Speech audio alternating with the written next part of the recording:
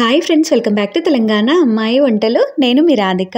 ఈరోజు నేను దేవి నవరాత్రుల్లో 3వ రోజు అమ్మవారికి కొబ్బరన్నం నైవేద్యం చేసి పెడతాం కదా, ఆ కొబ్బరన్నంని చాలా టేస్టీగా సింపుల్గా ఎలా ప్రిపేర్ చేయాలో చూసేద్దామండి.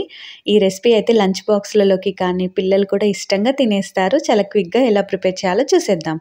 ముందుగా మనం స్టవ్ పైన ప్యాన్ పెట్టుకొని 2 టేబుల్ స్పూన్ల నూనెని వేసుకోవాలి. నూనె వేడవగానే 1 టేబుల్ స్పూన్ వరకు పోపు దినుసులు వేసుకోవాలి. అందులో ఆవాలు, జీలకర్ర, శనగపప్పు, మినప్పప్పు, కొన్ని మిరియాలను వేసుకొని 1 నిమిషం పాటు ఫ్రై చేసుకోవాలి. ఇలా ఫ్రై అయిన తర్వాత 2 టేబుల్ స్పూన్ల కాజును వేసుకొని 1 నిమిషం పాటు ఫ్రై చేసుకోవాలి.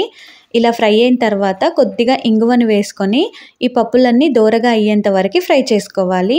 ఇలా ఫ్రై చేసుకున్న తర్వాత ఇందులోనే 3 సన్నగా కట్ చేసుకున్న పచ్చిమిరపకాయలు, 2 ఎండుమిరపకాయలు కట్ చేసుకొని వేసుకోవాలి. 2 రెబ్బల కరివేపాకును వేసుకొని దోరగా ఫ్రై చేసుకోవాలి. ఇలా ఫ్రై చేసుకున్న తర్వాత మనం ఏదైతే కప్పుతోని రైస్ వండుకుంటాం కదా, అదే కప్పు నిండుగా పచ్చి కొబ్బరి తురుమును తీసుకొని వేసుకోవాలి. ఈ తాలింపులో వేసుకొని పచ్చి కొబ్బరి తురుము దోరగా అయ్యేంత వరకు ఫ్రై చేసుకోవాలండి.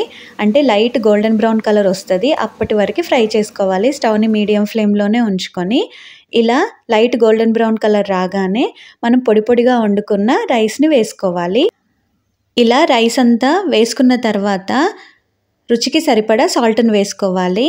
అందులోకే సన్నగా కట్ చేసుకున్న కొత్తిమీరని వేసుకొని స్టవ్ని మీడియం ఫ్లేమ్లో ఉంచుకొని ఓసారి అంతా కలిసేలాగా కలుపుకోవాలి. ఇలా కలుపుకున్న తర్వాత రైస్ చల్లారినట్టుగా ఉంటే 2 నిమిషాల పాటు వేడి చేసుకోవాలండి. వేడిగా ఉన్న రైస్కి అయితే కలిపేసుకొని ఇంకా స్టవ్ ఆపేస్తే టేస్టీగా ఉండే కొబ్బరన్నం రెడీ అయిపోయింది. మీరు తప్పకుండా ఓసారి ట్రై చేసి మీకు ఎలా కుదిరిందో నాకు కామెంట్ సెక్షన్లో తెలియచేయండి.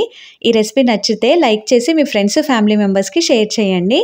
మరిన్ని ఇంట్రెస్టింగ్ రెసిపీస్ కోసం నా ఛానల్ని తప్పకుండా సబ్స్క్రైబ్ చేయండి. Thank you.